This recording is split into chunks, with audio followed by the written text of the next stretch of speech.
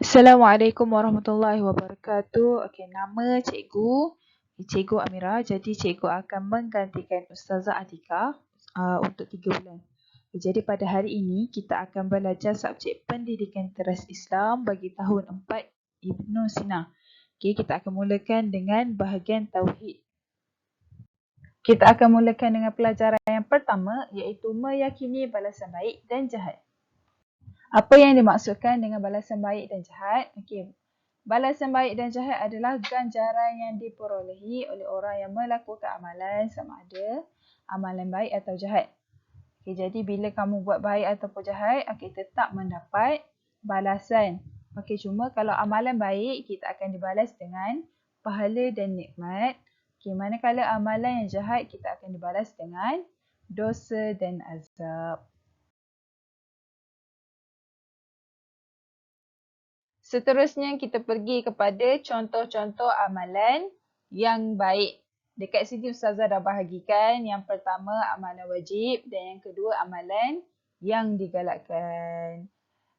Kita pergi kepada amalan wajib dahulu. Yang pertama, mendirikan solat 5 waktu sehari. Wajib 5 waktu, bukan 2 waktu, bukan 3 waktu, tapi 5 waktu sehari. Kemudian yang kedua, berpuasa di bulan Ramadan. Bagi yang mampulah. Kalau perempuan kita faham ada masanya mereka tidak boleh solat dan berpuasa. Tetapi lelaki wajib penuh. Sebulan tu wajib penuh berpuasa. Kemudian yang ketiga, menghormati ibu bapa. Ini sangat perlu kamu praktikkan dalam diri kamu. Jangan melawan cakap ibu bapa kamu.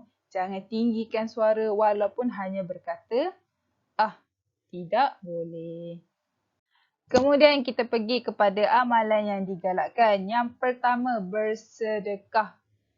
Bersedekah ni tak kiralah kamu nak sedekah 10 sen ke, 50 sen ke.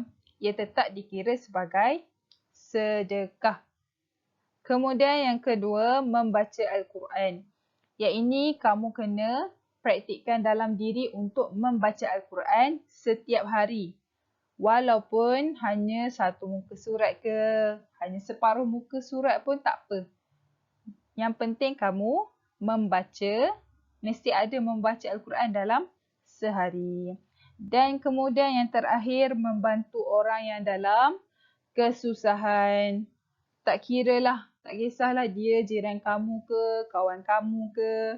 Bantulah dia bila dia berada dalam kesusahan. Sama ada dari segi keuangan atau fizikal. Contohlah kamu nampak jiran kamu tu, dia baru balik dari kedai. Dia bawa barang tu berat-berat, pakcik tua. Okay, kamu pergilah hulurkan bantuan. Kamu cakap, pakcik izinkan saya nak tolong pakcik. Pakcik boleh tak saya nak tolong pakcik? Okay, bantu orang dalam kesusahan. Jadi, amalan baik ni adalah fitrah bagi kita sebagai seorang manusia. Dia akan menambahkan lagi keimanan dan ketakwaan kita kepada Allah. Jadi kita kena yakin dengan janji-janji Allah di dalam Al-Quran. Kemudian, amalan-amalan baik ini sangat dituntut dalam Islam kerana ia akan memberi manfaat kepada diri kita, kepada keluarga kita, kepada agama kita, masyarakat dan negara. Jadi bila kita membuat amalan baik, kita akan mengikutlah perintah Allah dan kita menentang. Kita menghalang dari kemungkaran. Dan setiap amalan yang kita buat sama ada amalan yang baik ataupun amalan yang jahat, pasti akan mendapat balasan dari Allah. Tak kiralah kalau kamu buat amalan yang baik, kamu akan mendapat pahala dan nikmat. Kalau kamu membuat amalan yang jahat, kamu akan mendapat dosa dan azab.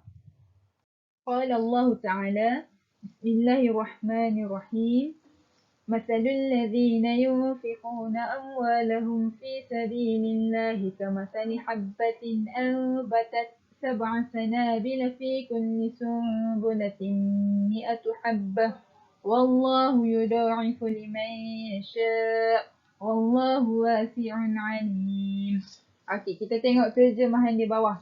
Okay, perumpamaan orang yang menafkahkan hartanya di jalan Allah adalah serupa dengan sebutir benih yang menumbuhkan 7 butir. Pada tiap-tiap butir 100 biji. Allah menggandakan bagi sesiapa yang dikehendakinya dan Allah maha luas kurnianya lagi maha mengetahui. Surah Al-Baqarah ayat 261. Allah dah kata, dalam surah ni Allah dah kata, sebutir benih, satu benih tu dia akan menumbuhkan 7 butir.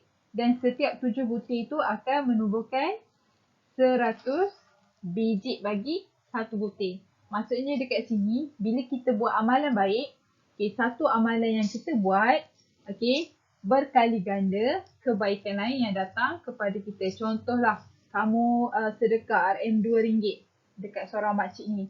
Kamu balik rumah, tiba-tiba ibu kamu hulurkan RM100.